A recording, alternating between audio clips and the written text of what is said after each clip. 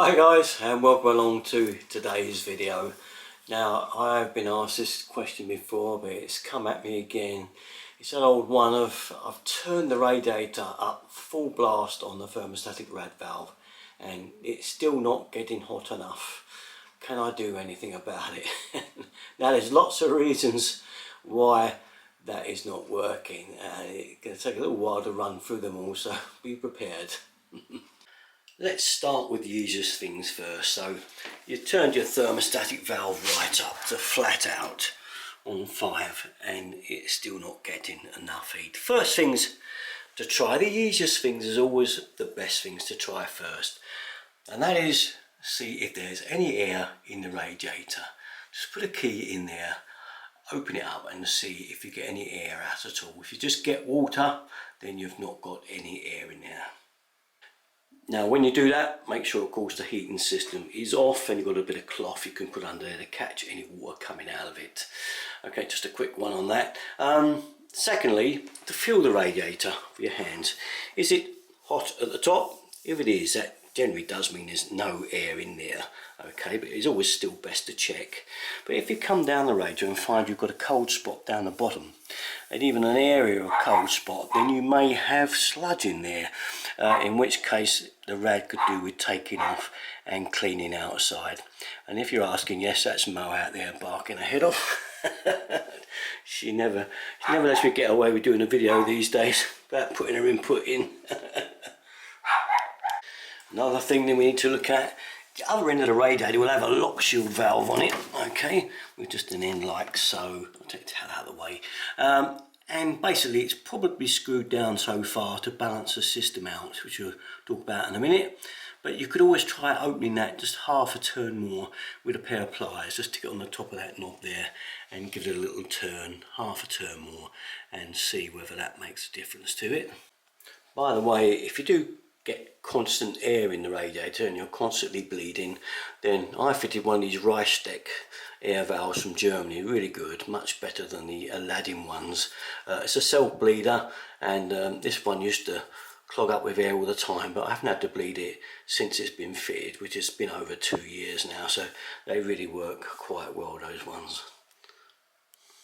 Another thing to try to check that rad works properly when it gets all the heat and does actually get hot, so we know it's not blocked or anything or any air in it, is to turn all the other radiators off that are in your house.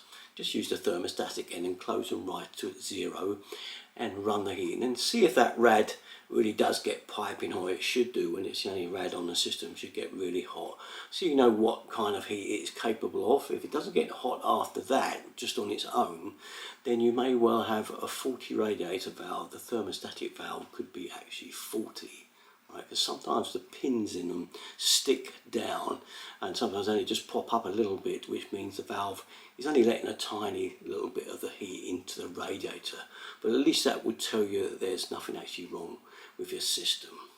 Okay, one of the last things is to do with system balancing, whereby we actually cut down all the radiators as they lead away from the boiler and close them all down and just open them up a small amount. Now, I've got separate videos on system balancing. You can do it that sort of roughish way, which is just to turn them all a little bit until you get to the very last rad that's turned on full, or you can use a thermostat and properly do the measuring of the flow and return pipes into each radiator, which is a more accurate way. I'll give you links to those videos. There's 2 of them on it there to do with system balancing, which could be the problem.